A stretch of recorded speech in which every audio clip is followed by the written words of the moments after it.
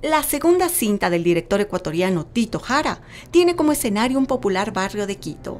Los protagonistas, dos actores con larga trayectoria y una pequeña niña con supuestos poderes milagrosos. La fe, el fanatismo y la estafa van construyendo una historia de suspenso llamada El Rezador.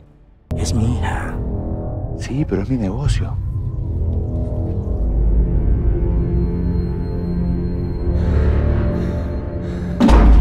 ¿Qué le dijo? Que me iba a morir. Que me iba a morir pronto. Juega. Sí, yo sé cómo son los niños. El poder de la fe, el cinismo detrás de la estafa, con una mano que apunta a la luz y otra que actúa en la sombra.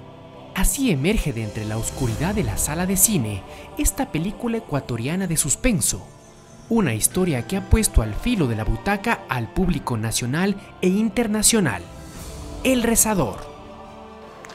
El Rezador es un thriller, una película de suspenso que trata sobre un estafadorcillo que se dedica a estafar a otros fingiendo ser un cura, dando falsas misas y robándose la limosna. Este estafador encuentra una oportunidad de masificar su negocio al escuchar de una niña santa, que muchos consideran milagrosa, en el barrio de Atucucho. Él se acerca a la familia y les propone generar un negocio mucho más grande. Y el negocio funciona. Es, yo creo, sobre la necesidad humana de la fe, sobre esa condición humana y sobre cómo existe gente inescrupulosa que instrumentaliza la fe para ganar dinero. En el barrio de Atucucho me dicen que están pasando cosas interesantes. Dicen que hay una niña y está haciendo buenos milagros. ¿No será posible que yo me reúna a conversar con usted y con su marido? Yo me llamo Atanasio Di Felice. ¿En qué le podemos ayudar? Un oscuro personaje llega a este barrio popular de Quito buscando una oportunidad para hacer de las suyas. ¿Pero quién es él? Su alma es mejor que la describa Andrés Crespo, el actor que encarna a este estafador. Atanasio no es nadie. O sea, que ha de ser alguien adentro de él en algún momento recóndito de su niñez o de su adolescencia, pero es un cascarón que se va encontrando a sí mismo y de eso se trata la película.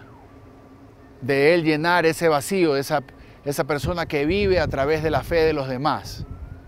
Y su camino es un camino de reencuentro hacia los genuinos valores a los cuales la película lo lleva a enfrentarse en la vida. Esa es la magia del Rezador, de la película y de Tito. ¿Tú sabes lo que hacen los magos para vivir? Los de los circos, los de la tele. Ellos llaman la atención del público con la mano derecha. Ahí está el espectáculo. Pero con la izquierda hacen lo que quieren. Y esa es la mano que mueve los hilos. Detrás de El Rezador hay 10 años de trabajo y desarrollo que han sido bien recibidos por las salas de cine a nivel internacional. La estrenamos en India, en un festival, el Festival Elif Figoa, que es un festival bastante prestigioso. Y después, desde ese momento, aparecieron ventanas de distribución que no me las esperaba. O sea, fue comprada por HBO para territorio europeo. Antes, en realidad, tuvo una participación ya de Televisión Española, que es el grupo audiovisual más grande de España, y se han ido cerrando otros tratos de distribución en Estados Unidos, América Latina. Entonces sí, sucede un poco lo que queríamos, pero sucede en una escala un poco más grande. Me da muchísima satisfacción el público que se une con la historia. Y en este momento recibo muchísimos mensajes de gente que vio la película, que me cuenta sus reflexiones y que la recomienda a los demás. Y no sé, una sensación muy especial, mágica diría. La gente siente una empatía brutal por la forma en que está rodada, por el cuento que cuenta Tito, por el cuento que cuenta Tito, por el cuento que cuenta Carlos, Emma, Renata, ¿sí me explico? Por el cuento que cuentan los personajes. La gente sí lo siento adentro, se quedan pensando en eso. Es de esas películas que te dejan pensando más allá del momento en que sales del cine. El mejor ambiente para contar esta historia fueron las alturas de Quito, el barrio de Atucucho al noroccidente de la capital. Este y otros datos curiosos de la película se recogen en la revista Mundo Diners de este mes. Grabar aquí fue una verdadera experiencia tanto para la producción como para los actores. Porque en Atucucho la gente está en la calle todo el tiempo y gran parte de la noche está viva así. Como nació como una invasión en los 80, ahí hay gente de todas partes del mundo. O sea, hay gente de Esmeraldas y de Venezuela y de Turquía, ¿sí me explico? Entonces la gente está en la calle y eso fue increíble. Ver que se acababa un rodaje a las 10:30 de la noche y no salía la neblina de la González Suárez, que parece que va a salir un vampiro por ahí, sino que iba y estaba la gente bebiendo en la calle, ¿no? Salían distintas músicas de distintos lugares. Entonces eso era maravilloso. Entonces Atucucho fue una súper experiencia. En la médula de este barrio y de esta historia hay una niña milagrosa que fue interpretada por Renata Jara, hija del director, que llegó a este papel entre la casualidad y el talento. Yo le pedí a un ilustrador que haga un arte conceptual. Básicamente que todos esos conceptos que eran de alguna manera etéreos se transformen en una imagen que pueda yo transmitirle al equipo de producción. Y cuando hacía la habitación donde la niña santa atendía, él me pidió que le dé una referencia del rostro. Y yo me quedé sorprendido porque decía, el rostro es una niña. Y él decía, no, pero yo necesito un rostro. Yo solo tenía la fotografía de mi hija en el escritorio de la computadora, la arrastré y la envié. Seguramente se quedó en mi cabeza, porque eso fue unos 4 años antes.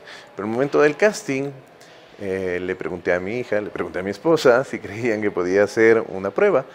Y ya cuando hizo la prueba, fue evidente que lo hacía mejor que las otras niñas. Ya no quise ver más. Pero no tiene el papel por ser mi hija. O sea, tiene el papel porque hizo un casting y lo hizo súper bien. Y creo que mucha gente también se une con la interpretación de mi hija en la película. Yo pensé que iba a ser muy complejo y por eso inclusive pusimos un director de actores, se llama Raúl Teba, que también hizo el casting. Porque quería que exista determinada distancia, ¿no?, en ese espacio laboral, el espacio de nuestra casa. Yo siempre he sabido que mi hija es muy talentosa, pero no estaba preparado para darme cuenta cuán fácil podía asumir el rol de la interpretación. Entonces fue muy sencillo trabajar con ella. Escúchame bien, ve. Yo no tengo nada que ver con la muerte de ese niño. Yo nunca le dije a los padres que suspendan el tratamiento médico. La mitad de esa historia se la inventó la periodista esa. Entonces hay que diversificar mercados, huevo. De entre la oscuridad brota el suspenso de El Rezador, una propuesta que viene a enriquecer la variedad del cine ecuatoriano, con reflexiones sobre uno de los pilares de nuestra cultura, la fe. Yo creo que es importante que tengamos diversidad en el cine ecuatoriano como la tenemos. Y ojalá el público pueda recibir este tipo de género, como ha recibido otras propuestas, y sigamos haciendo más cine. Eso es importante. O sea, mientras más películas se hagan, más podemos apreciar nuestra propia cultura, nuestras propias problemáticas, nuestras circunstancias, siempre evitando algo como un mensaje. Eso a mí no me cuadra como un objetivo.